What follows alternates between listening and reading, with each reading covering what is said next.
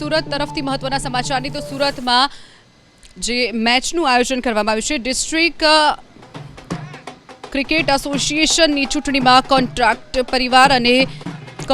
પરિવારનો વિવાદ સ્ટેડિયમની ચૂંટણી સુધી પહોંચ્યો છે। 13 એપ્રિલે યોજાનારી ચૂંટણી માટે કનૈયા કોન્ટ્રાક્ટર અને હેમાંત કોન્ટ્રાક્ટરના પરિવાર સામસામે આવી ગયા છે।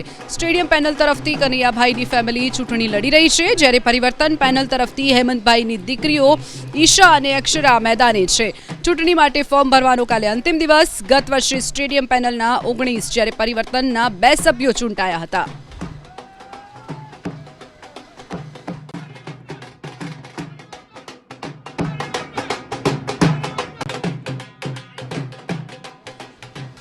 સુરતમાં ડોન રાહુલ પીપળે વિરુદ્ધ કાર્યવાહી કરવામાં આવી છે। પોલીસે આ રાહુલ પીપળે નામનો જે ડોન છે તેની સામે કાર્યવાહી કરી છે।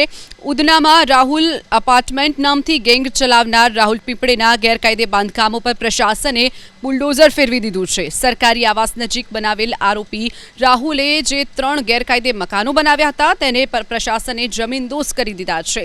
ત્રણેય મકાનમાં રાહુલની ગેંગનું હેડક્વાર્ટર હતું, જેમાં ગેરકાયદે ધંધા અને ગુનાહિત પ્રવૃત્તિઓને તે અંજામ આપતો હતો। તો પોલીસ અને પ્રશાસને કાર્યવાહી કરી છે।